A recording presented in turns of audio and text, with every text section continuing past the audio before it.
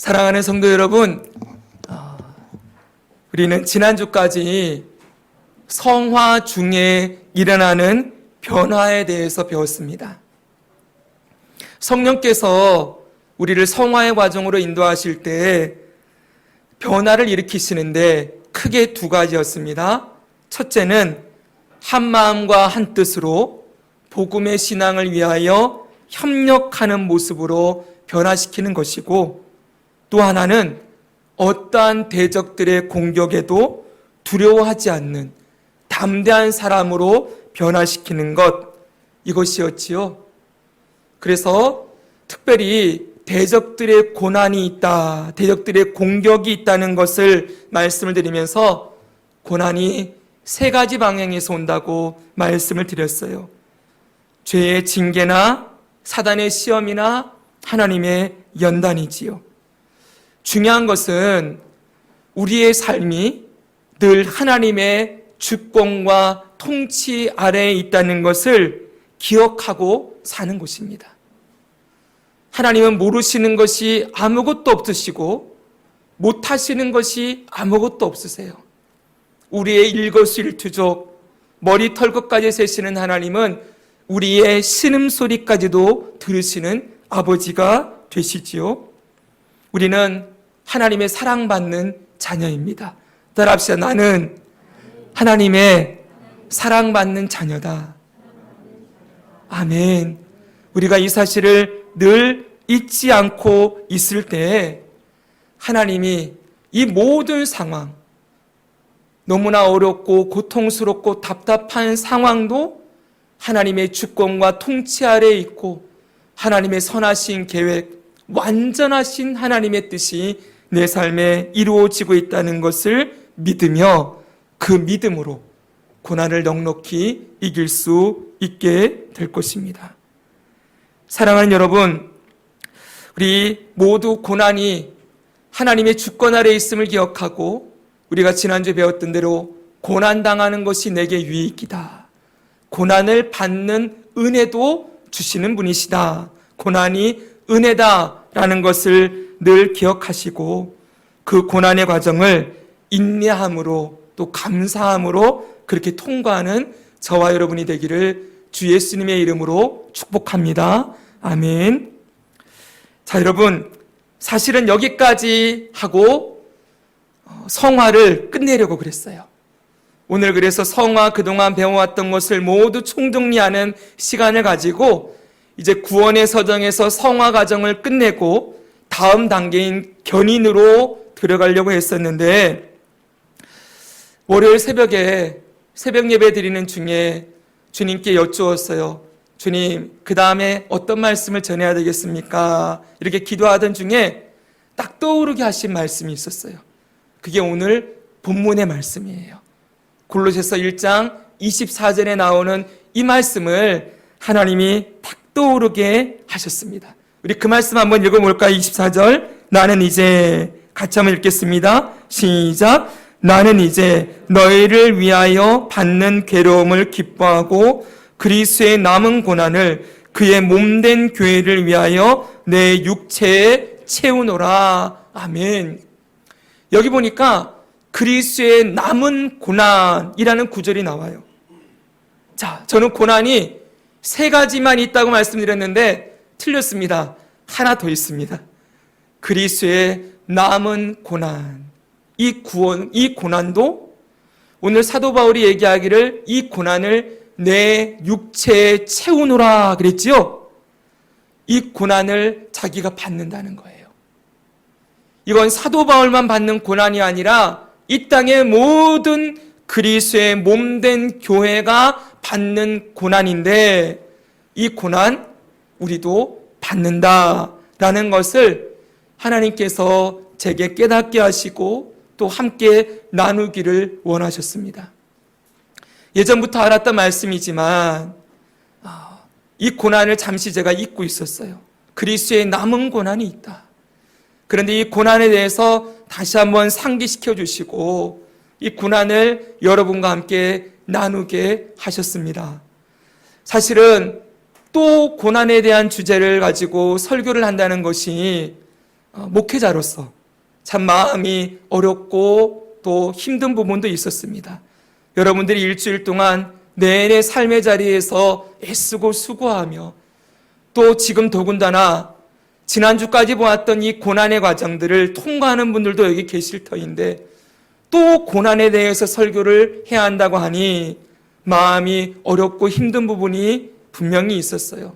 여러분들에게 위로와 소망과 기쁨이 되는 그런 하나님의 그 은혜와 역사와 사랑에 대해서 말씀드리고 싶은 마음도 있었지만 분명히 이 시점에 이 고난을 다루고 이 마지막 그리스도의 남은 고난까지 우리에게 가르쳐 주시는 하나님의 뜻이 분명히 있을 거라고 생각하고 저는 순종하는 마음으로 오늘 말씀을 준비했습니다.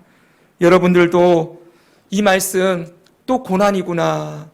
이 고난에 대해서 왜 저리 목사님이 설교하시나 그런 마음을 좀 내려놓으시고 오늘 나에게 이 말씀을 들려주시는구나 라고 생각하고 오늘 이 말씀에 함께 눈과 마음과 귀를 열고 이 말씀을 나에게 주시는 말씀으로 받아들이는 은혜를 함께 누리기 소망합니다. 먼저 우리가 여러분 이 말씀을 이해하려면 제일 먼저 풀어야 할 문제가 하나 있습니다. 그건 바로 첫째, 여기 나오는 그리스도의 남은 고난이 무슨 뜻인가? 그리스도의 남은 고난이 도대체 무엇인가? 라는 것입니다. 우리는 모두 예수님이 고난받으신 것을 잘 알고 있습니다. 예수님이 무슨 고난 받으셨습니까? 십자가의 고난이지요. 네, 예수님의 십자가 고난, 우리의 죄를 담당하시고 우리를 죄 가운데서 사망에서 건지시기 위한 대속의 죽음, 십자가의 죽음, 그것이 그리스도께서 당한 고난이었어요.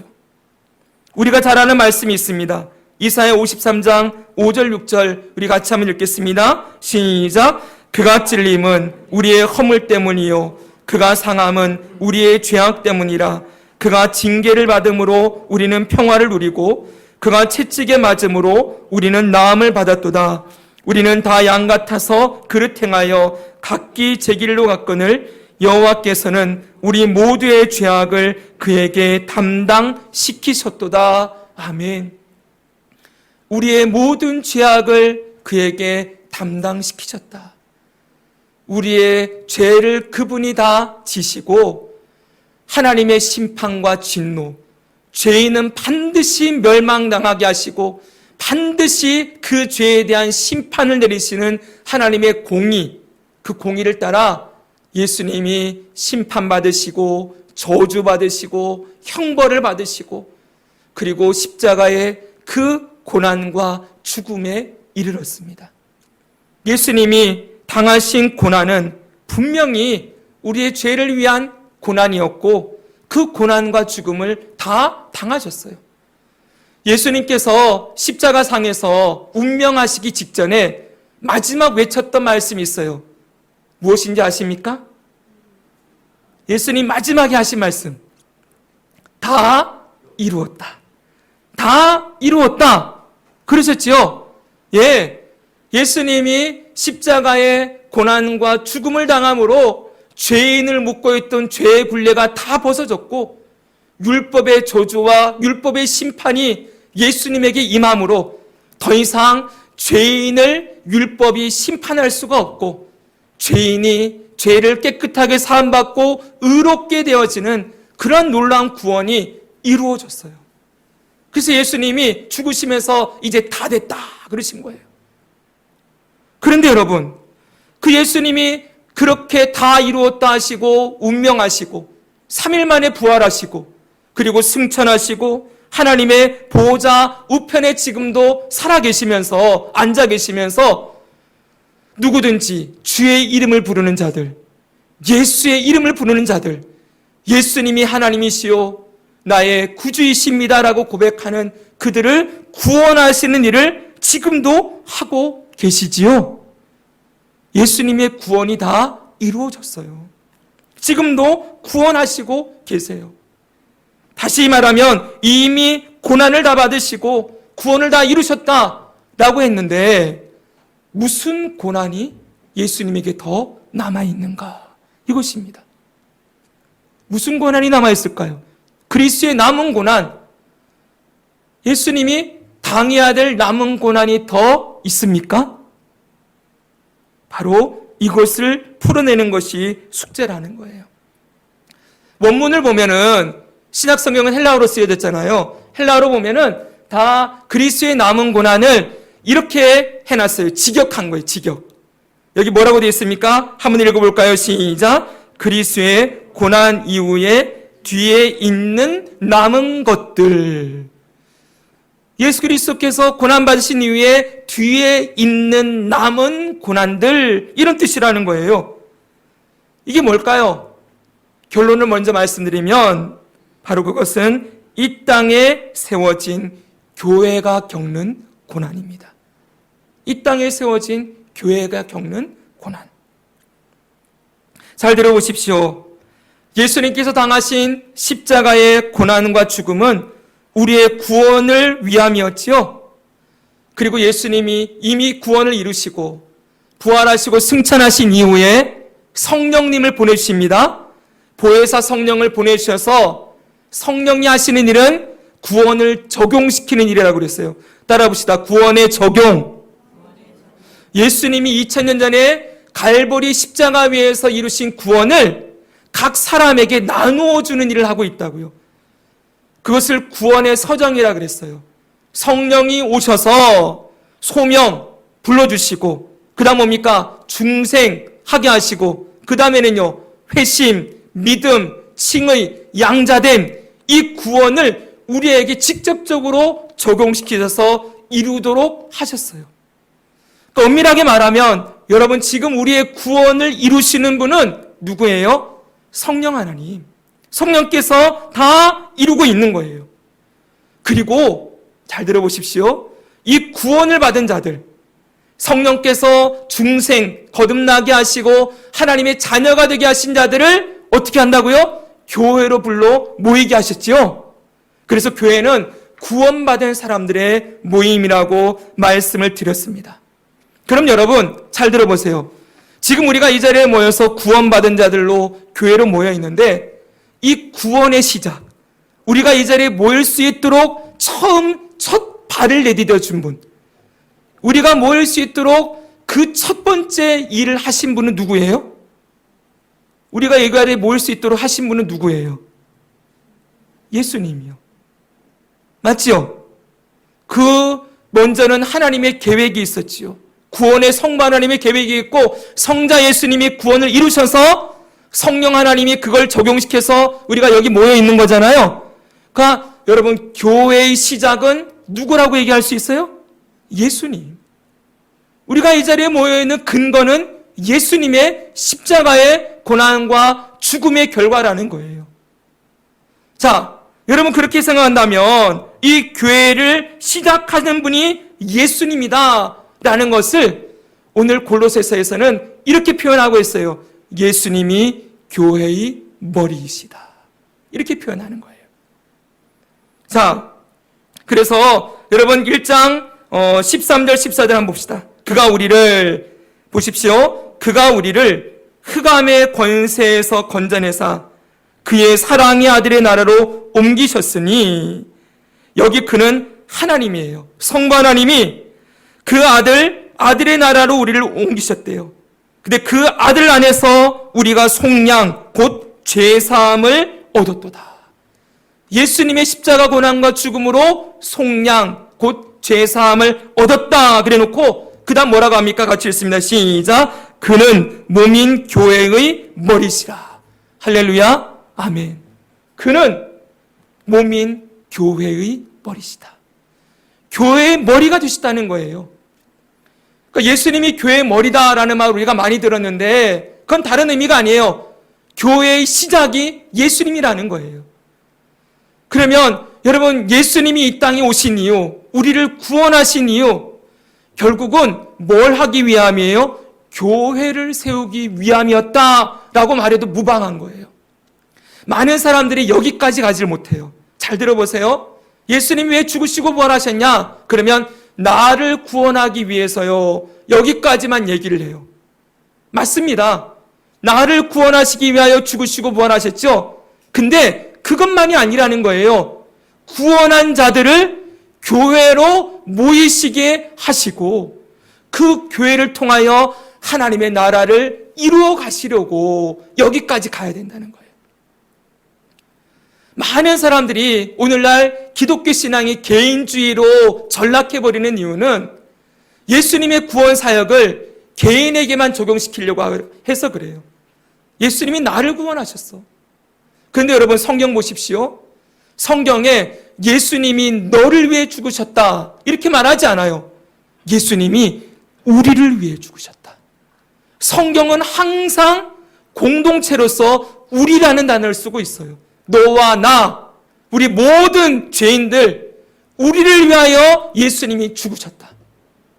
예수님이 우리를 위하여 죽으신 이유는 바로 예수 믿는 자들을 교회 공동체 우리로 모이게 하셔서 그 우리가 또 나가서 복음을 전해서 이 땅에 또 다른 우리들을 예수님의 구원받은 자들로 세워가기 위함이고 우리가 모여서 하나님의 나라를 세우고 그 나라를 확장시키고 완성하기 위함이다. 여기까지 예수님이 하신 일에 대해서 말해야 된다는 거예요. 여러분 분명히 아시겠죠? 이제 따라합시다. 예수님은 우리를 위해 죽으셨다. 이 땅에 교회를 세우기 위해 죽으셨다. 네, 교회를 위해 세우시기 위해 죽으시고 부활하시고 지금도 일하시는 거예요. 여러분 우리가 여기까지 안다면 이제 교회의 머리가 예수님이시다라는 말을 우리는 분명히 이해할 수가 있어요. 그리고 그 교회의 머리가 되시는 예수님의 몸, 예수님의 몸이 바로 교회이다라고 얘기할 수도 있는 것이지요. 그래서 14절 다음 보십시오. 넘겨보면 그는 몸인 교회의 머리시라. 예수님의 몸이 뭐라고요? 교회라고요.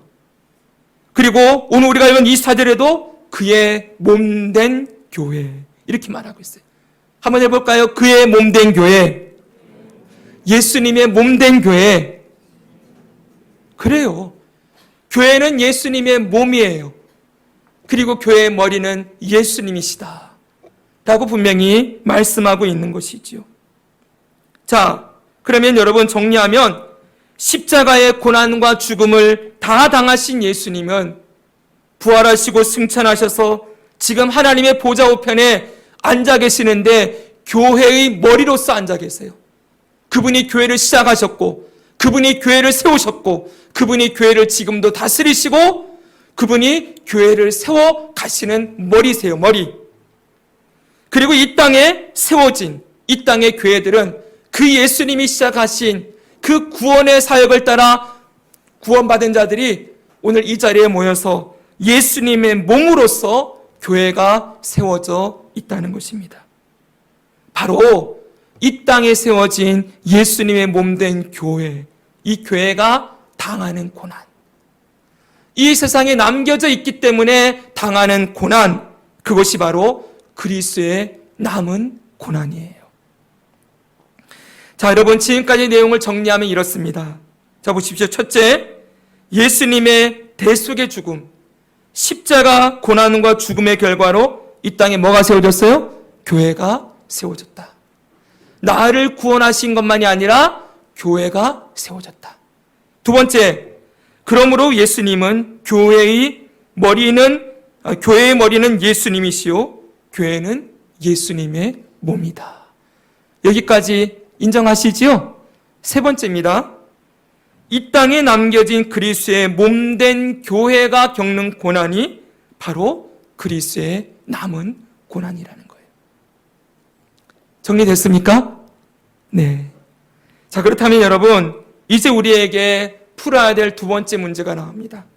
그것은 바로 그리스도의 몸으로서 교회가 당하는 고난이 무엇인가 하는 문제예요. 먼저 여러분, 이 땅에 남겨진 그리스도의 몸된 교회가 당하는 고난, 뭐가 있을까요? 언뜻 떠오르는 게 있으시죠? 이 땅의 교회가 무슨 고난을 받을까요? 세상으로부터의 핍박이지요. 환난이지요. 자, 보십시오. 교회는 예수님이 머리가 되시고 예수님이 시작하시고 예수님의 몸으로서 교회가 세워진 2000년 전으로부터 지금 오늘 우리가 살아가고 있는 2023년 오늘 6월 25일 이 시간까지 계속해서 고난을 받고 있어요.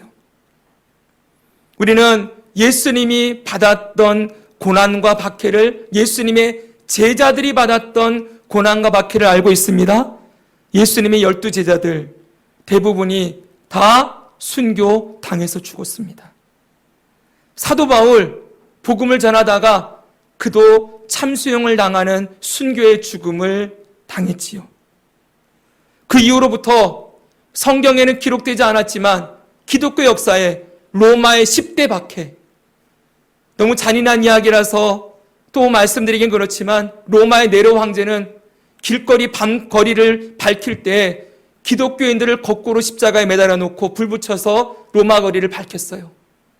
그때 죽어간 수많은 그리스도인들, 지금까지 전 세계에 세워진 교회들이 핍박과 고난을 받고 있습니다. 오늘 우리는 이렇게 너무 편하게 예배드리고 있지만 불과 얼마 전까지만 해도 여러분 보셨습니까? 저 인도에서 기독교 마을 하나가 전체가 불이 타서 죽고 사람들이 산채로 화형당해 죽는 모습들 영상으로 떠돈고 혹시 보셨는지 모르겠습니다. 참혹한 현장이에요. 구덩이에 그리스도인들을 몰아넣고 불을 붙여요.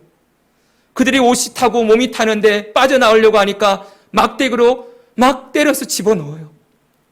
여러분, 그게 우리가 살고 있는 이 시대에, 이 현대에, 지금 이 시대에도 일어나고 있는 일들이지요. 사랑하는 여러분, 저 이슬람권의, 힌두권의, 불교권에서, 저 독재국가인 중국과 북한에서 오늘날도 전 세계의 교회들이 환난과 핍박과 고난을 당하고 있습니다. 사랑하는 여러분, 이 땅에 교회가 핍박당할 때 예수님은 무엇을 하고 계실까요? 물을 수 있습니다. 예수님, 왜 이 땅의 교회들을 돌보지 아니하십니까? 그러나 여러분, 이 교회가 예수님의 몸이라고 했지요. 예수님이 교회의 머리시라고 했지요. 여러분, 손가락 하나 다치면 뇌에서 아프다는 신호가 뇌로 바로 올라가고 여기서 아프다는 신호가 나와서 손가락 아픈 게 느껴지잖아요. 여러분, 머리와 몸이 분리될 수 있습니까? 없습니까? 없지요. 예수님이 이 땅에 박해당하고 고난당하는 교회들을 그냥 보고 계실 리가 없지요. 우리 예수님은 머리만 뚝 떨어져가지고 몸이 고난을 당하든 어떡하든 그냥 머리는 잘 지내고 편하게 지내는 그런 분이 아니시지요. 몸이 고통을 당하면 머리도 함께 고통을 받고, 여러분, 그렇게 함께 아파하며 울며 그 교회들의 고난과 아픔을 다 예수님이 당하고 있기 때문에 아직도 그리스도가 고난을 당하고 있다. 그리스도의 남은 고난이다 라고 말씀하고 있는 거예요.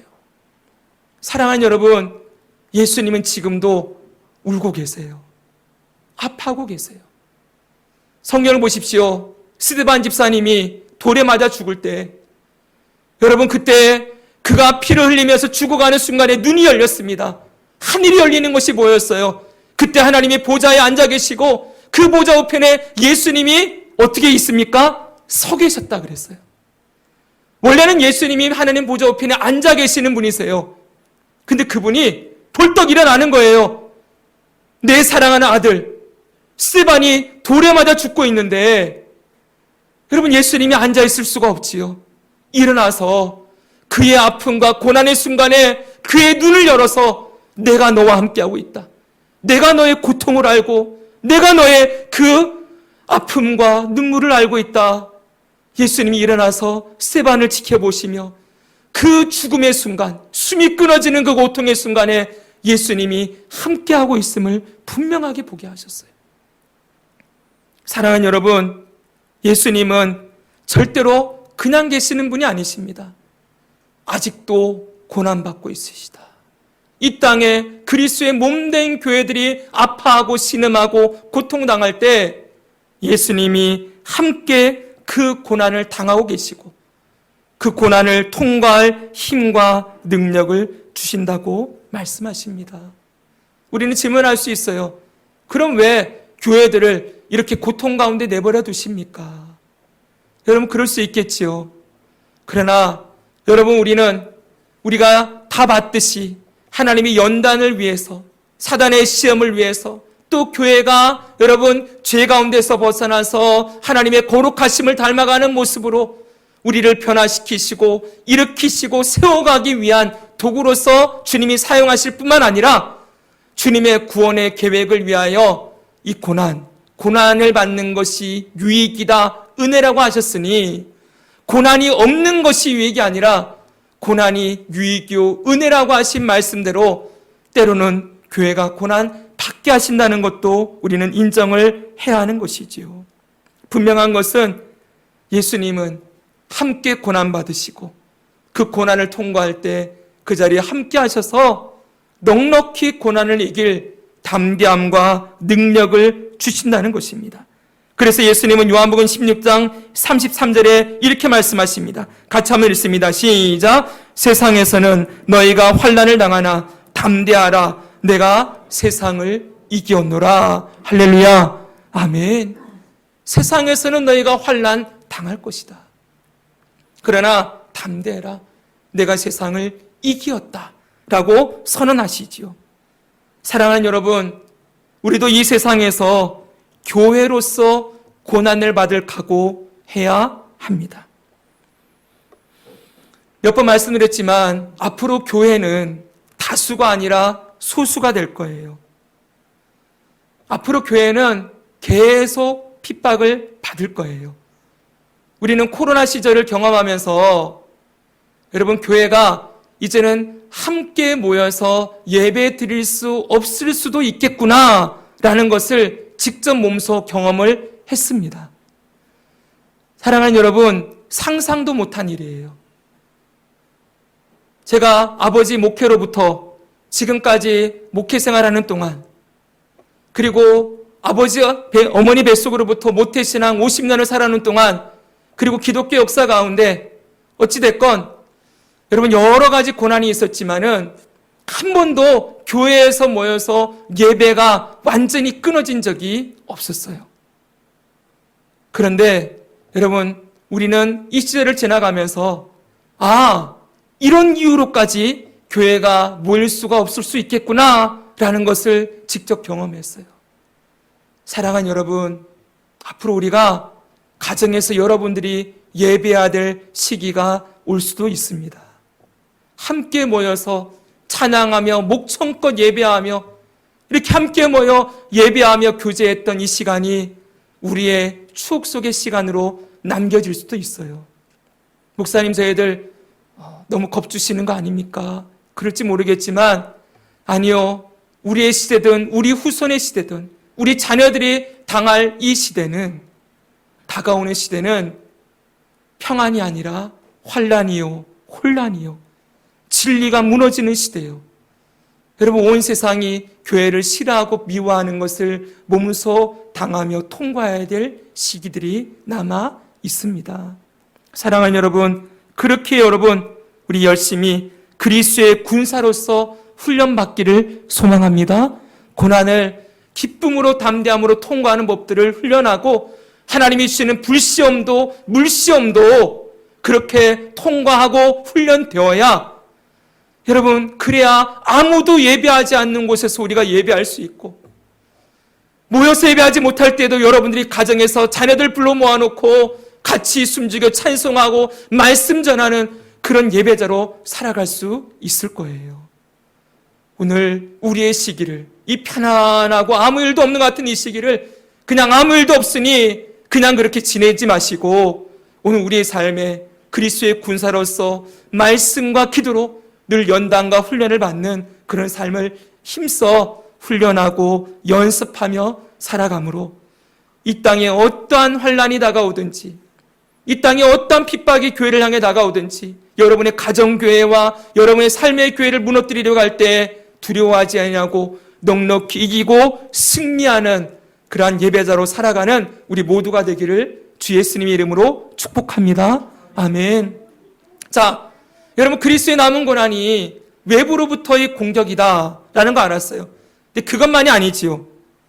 더 우리가 주목하고 더 우리가 더 신경 써서 봐야 될 부분이 있는데 그거는 교회 내부에서 경험하는 고난입니다.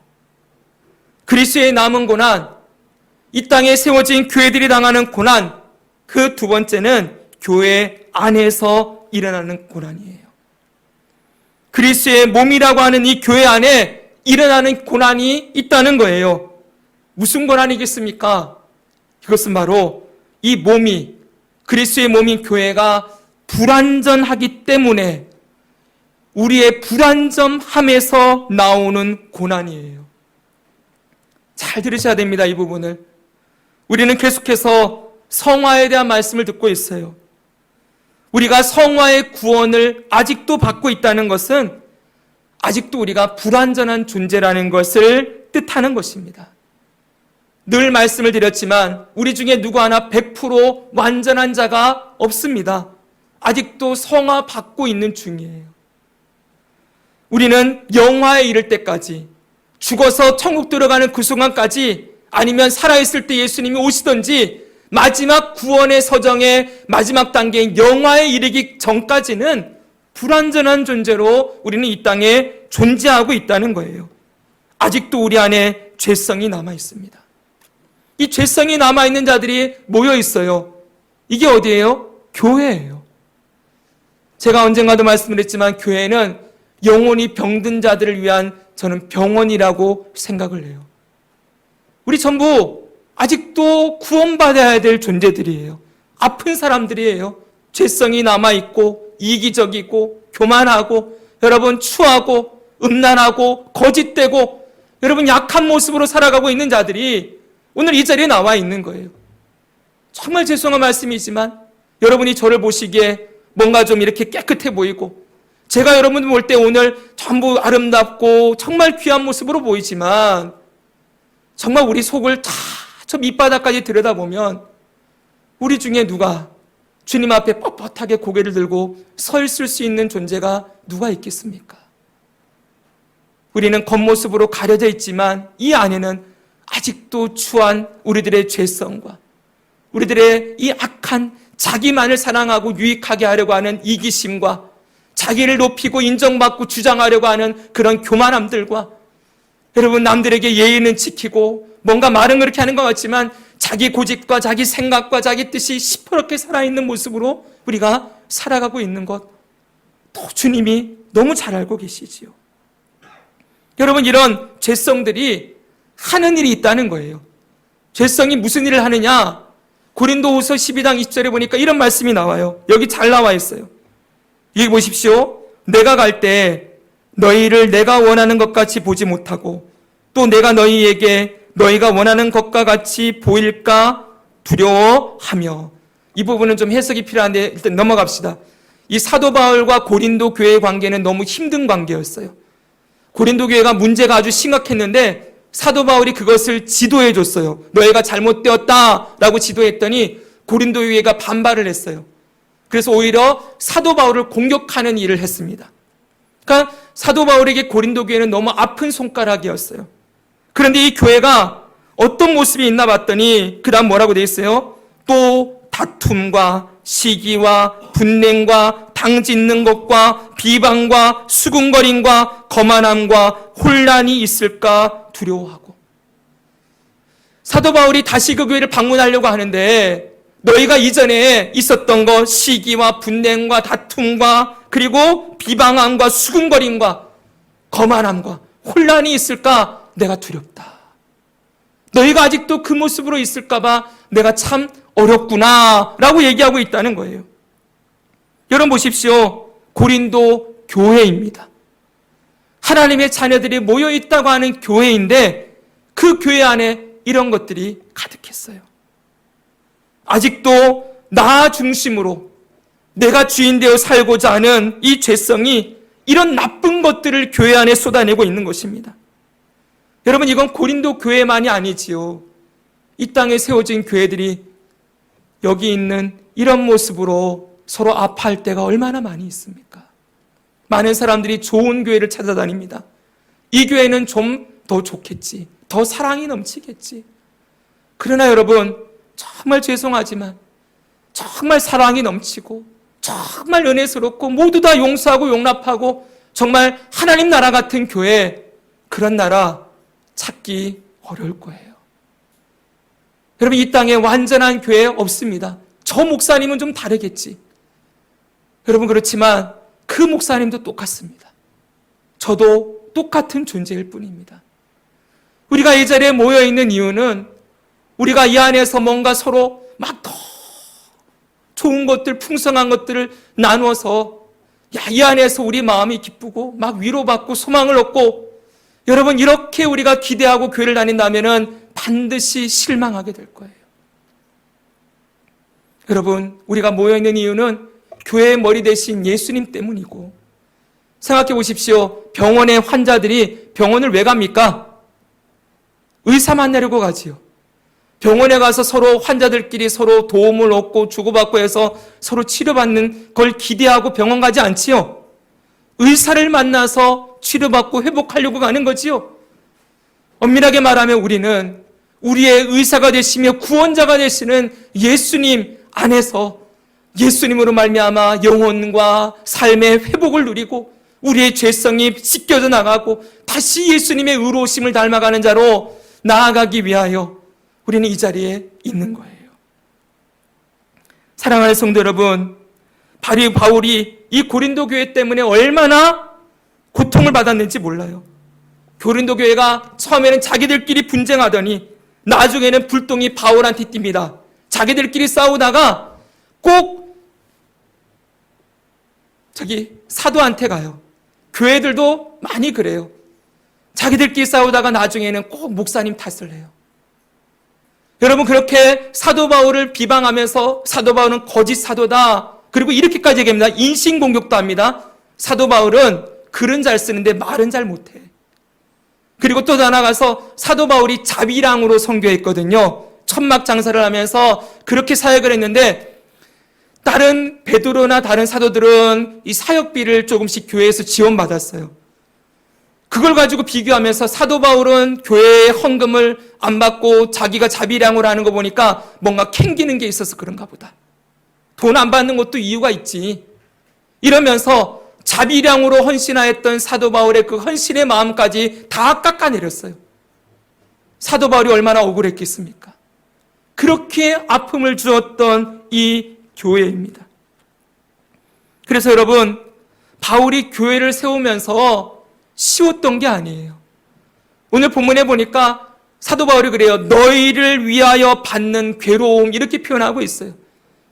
교회가 교회를 공격하는, 교회가 사도를 공격하고, 교회가 서로 싸우고, 교회 안에서 서로를 비방하고 수군거리고 그렇게 다툼과 시기와 분쟁을 하는 그 모습이 사도 바울에게 겪는 괴로움이다 라고 표현하고 있었던 거예요.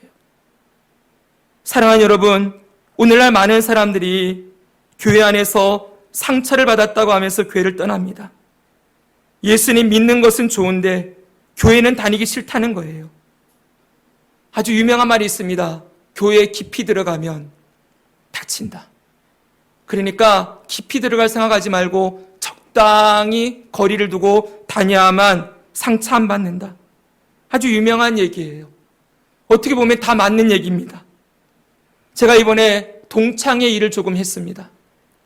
총신 신대원 96회 동창회가 홈커밍데이라는 큰 행사를 치러서 거기에 어쩌다가 제가 들어가서 일을 좀 하게 되었는데, 여러분, 제가 다시 한번 느끼는 게 있었어요. 사람은 일을 해봐야 그 사람을 알 수가 있다. 일을 하지 않고 그냥 교제할 때 너무 좋아요. 얼마나 좋았는지 몰라요. 처음에 제가 늦게 들어갔거든요. 그 일하는 임원의 그룹이 너무 잘해주고 그래가지고, 여기 참 좋다. 제가 혼자 있다가 동창회를 하면서 참 많은 위로와 힘을 얻었어요. 근데 여러분, 일을 하다 보니까 그 사람의 본성이 나옵니다. 대충 하는 사람, 꼼꼼하게 하는 사람, 말만 하는 사람, 행동하는 사람, 책임지는 사람, 그냥 노는 사람. 이성적인 사람, 감성적인 사람, 감정적인 사람, 배려하는 사람, 자기 주장만 하는 사람. 정말 다양한 사람들을 만났지요. 여러분, 목사님들이 만난 그룹도 이런데 목사님들 사람이니까 똑같겠지요? 교회라고 다를 바가 있겠습니까? 교회 안에 들어와서 열심히 일하다 보면 반드시 부딪히게 되어 있어요. 갈등과 아픔과 상처가 다 생깁니다. 왜요? 일하는 방식이 다 다르고 가치관이 다 다르고 여러분 삶의 경험과 생각이 다 다르기 때문에 그래서 우선순위도 달라요. 누구는 이거부터 해야 된다. 누구는 이거부터 해야 된다. 다 다른 생각과 가치관을 가지고 모여 있습니다. 거기에 더 나아가면 우리의 이기심이 발동하지요. 보십시오, 여러분. 나를 드러내고 내 얘기를 들어줘야 되고 내가 칭찬받고 인정받고 나를 사람들이 따라와주고 그러다가 내 말이 무시되거나 혹시 안 듣는 사람들이 있는 것 같으면 상처받고 좌절합니다. 그리고 미워하고 분노하고 마음이 어려워지지요. 어떻게 보면 여러분 교회도 세상과 다를 바가 없어 보여요. 그래서 사람들이 얘기해요. 교회는 뭔가 다를 줄 알았더니 세상과 똑같네. 교회는 뭔가 다른 사람들이 있을 줄 알았더니 교회는 더 심하네. 사실 더 심한 게 아니라 똑같은 건데 교회에 대한 기대가 있잖아요. 교회 안에 들어와서 만나는 분들에 대한 기대가 있는데 그 기대가 무너지니 실망감도 더 커지는 것이 당연하겠지요. 그래서 여러분 가난한 성도들이 가득합니다. 안 나가 성도들이에요. 집에서 그냥 앉아서 온라인으로 예배드리고 거기서 온라인으로 헌금 드리고 그냥 그렇게 다니는 교회 안 나가고 그리스도인으로 살아가는 이 땅에 성도들이 얼마나 많이 생겼습니까? 그런데 여러분, 저 이스라엘 모습 보십시오. 요즘 구약 성경 우리가 읽었는데 얼마나 악합니까? 요즘 선지서를 읽고 있는데 그 하나님의 나라, 하나님이 구원해 놓아서 애굽 땅에서 가나안 땅에 들여놓은 그 하나님 나라 백성들이 거기서 뭐 하고 있습니까? 그 하나님의 통치와 주권과 임재를 경험하고 나아가는 매 주일만 되면 안식일만 되면 성전에 모여서 예배하는 그들이 하고 있는 짓을 보니까 선지자들은 거짓 교훈을 말하고 있고 제사장들은 뇌물 받아 먹고 있고 재판관들 뇌물 받고 고관들은 서로 이리처럼 백성들의 살을 뜯어먹고 있고 백성들끼리 서로 비방하고 여러분 서로 욕하고 마침내는 하나님을 버리고 우상 숭배하고 성전에다가 태양상을 세워놓고 하나님을 거부하는 일들 우리가 생생하게 보고 있지 않습니까? 여러분 하나님의 나라라고 세워놨는데 그 안에 백성들 사람들의 모습 보니까 하나님의 나라처럼 안 보여요. 세상 나라와 다를 바가 없어요. 예수님의 제자들은 어떠했습니까? 예수님의 제자들은 예수님이 나 이제 조금 있으면 십자가에 죽을 거다라고 말씀하시는데 그 자리에서 뭐 하는지 아십니까? 서로 누가 높은 자리에 올라갈 거냐 하면서 누가 크냐 하고 싸움을 벌이고 있습니다. 사랑하는 여러분, 이것이 우리의 모습입니다. 바로 이것이 그리스도의 남은 고난입니다. 그리스도의 몸이라고 하는 이 땅의 교회에 고난이 가득합니다. 아직도 성화가 덜 된 사람들, 아직 성화의 과정 중에 있는 그런 사람들이 모여있기 때문에 이 안에 우리의 불완전함으로 말미암은 그러한 아픔들, 우리의 남아있는 죄성과 이기심과 교만함과 영적으로 훈련이 덜 되어 있는 모습들로 말미암아 나오는 아픔과 상처가 이 안에 가득하다는 것 인정하고 받아들여야 합니다. 그래서 교회를 공사 중이라고 얘기해요. 아직 완성되지 않았다는 거예요. 그럼 여러분, 이렇게 그리스도의 남은 고난, 그리스도의 몸으로서 교회가 겪는 고난이 다가올 때 우리가 이 고난을 어떻게 받아들이고 어떤 태도로 통과해야 하는가? 정말 중요한 문제겠지요. 세 번째 주제예요. 여러분, 우리 24절 다시 한번 볼까요? 그리스도의 남은 그리스도의 같이 한번 읽겠습니다. 시작. 그리스도의 남은 고난을 그의 몸된 교회를 위하여 내 육체에 채우노라. 아멘. 이 고난을 나와 상관없는 것으로 여기지 않는다는 거예요. 이 고난을 나의 고난인 것처럼, 이게 내 아픔인 것처럼, 이게 내 연약함인 것처럼 그것을 내 몸에 채운다라고 고백하고 있어요. 사랑하는 여러분, 이게 정말 중요한 주제라서 다음 주에 이 주제는 중요하게 한번 여러분과 나누고 싶습니다. 사랑하는 여러분, 오늘 여기서 이 말씀을 정리하려고 그래요. 오늘 우리는 그리스도의 남은 고난이 무엇인지 배웠습니다. 참 어려운 말씀 들었어요, 여러분. 저도 이 말씀 준비하면서 여기 앉아서 금요일부터 어제까지 앉아서 썼습니다. 주님, 무엇이라 전해야 될까요? 여러분, 그렇게 써내려가면서 이걸 컴퓨터로 다시 정리하는데 참 마음이 어려웠어요. 그런데 이것이 우리의 실상이고 이것이 그리스도의 남은 고난이다 라는 것 분명하게 이 땅에 교회에 속해 있는 모든 그리스도인들이 늘 기억하고 있어야, 그리고 이 고난이 있고 이 고난이 우리 삶에 어떻게 영향을 주고 있고 주님께서 이 고난을 어떻게 우리에게 해결해 가기를 원하시는가, 이것을 우리가 알아갈 때 정말 여러분, 앞으로 우리가 신앙생활하는 것, 교회 생활하는 것이 정말 주님이 원하시는 모습대로 우리가 변화될 수 있을 거라 믿습니다. 사랑하는 여러분, 오늘 예수님의 십자가 사역의 열매로 세워진 이 세상의 교회는 예수님이 머리가 되시고 예수님의 몸으로서 존재합니다. 그런데 이 몸이 안팎으로 고난을 받습니다. 세상으로부터의 핍박과 더불어 안으로부터의 분쟁과 아픔과 상처들이 나옵니다. 이렇게 보면 교회 생활 너무 힘든 것 같아요. 그러나 잊지 마십시오. 예수님이 교회의 머리가 되십니다. 머리 대신 예수님이 그 몸의 아픔과 고난을 친히 다 담당하고 계시고, 교회가 아파하며 울며 여러분들이 교회 안에서 당하고 상처받고 아파하고 힘들어하는 그 모든 것들 예수님이 친히 다 동정하시면서 다 알고 계시고 다 담당하시고, 그럴 때마다 우리를 만져주시고 일으키시고 담대함으로 승리로 이끌어 가시는 분이 되시라는 것을 잊지 마시기 바랍니다. 우리 안에는 이 고난을 이겨낼 힘이 없습니다. 그러나 예수님이 세상에서는 너희가 환난을 당하나 담대하라, 내가 세상을 이겨오노라. 모든 고난을 이기시고 다 담당하시고 승리하신 예수님이 우리의 머리가 되십니다. 그러므로 우리 모두 예수님을 바라봅시다. 머리 되신 예수님이 우리 교회를 어떻게 세워가실지, 이 땅의 교회들을 어떻게 승리하게 하실지, 어떻게 영광스러운 교회로 세워가실지를 우리가 기대하면서 앞으로 우리의 모든 신앙의 초점이 우리 구주 예수님이 하실 일, 그 일에 우리의 삶을 드리고 동참함으로 말미암아 우리의 모든 삶을 통하여 교회가 세워지고 그리스도의 몸이 세워지고 머리 대신 예수님에게까지 함께 자라나는 은혜를 우리 함께 누리게 되시기를 주 예수님의 이름으로 축복합니다. 아멘.